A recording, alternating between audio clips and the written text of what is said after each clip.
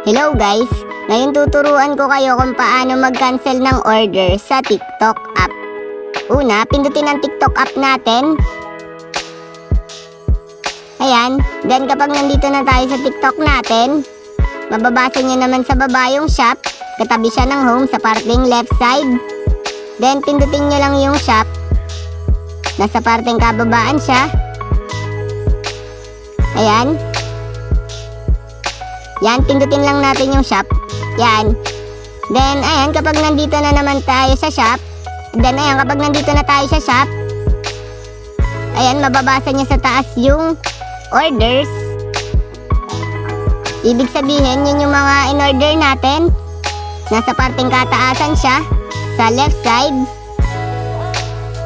Nasa baba siya ng search button. Then, pindutin lang natin yung orders. Then, ayan, kapag nandito na tayo sa orders, makikita nyo yung product na in-order nyo.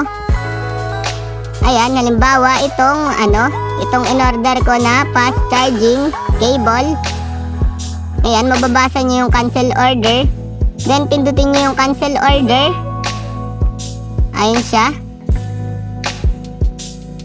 Yan, kung makikita nyo, nasa baba siya nung 71 pesos. Yung cancel order. Then, pindutin nyo lang yung cancel order. Wait lang natin. Then, ayan, kapag napindutin nyo na yung cancel order, ito naman ang kasunod na lalabas. Sabi dito, why do you want to cancel? Then, mamimili tayo dito ng reason kung bakit natin ika-cancel. Ayan, papamiliin kayo. Marami namang papamilian dyan na reason. Need to change payment method, discount, not as expected. Ayan, then pipiliin ko ito. Order created by mistake. Then, kapag nakapili na kayo, then click nyo lang yung continue. Ayan, kapag na-click nyo na, ito naman ang lalabas. Sabi dito, upload image or videos. Then, add message. Yun namang add image, yun ay mga optional lang.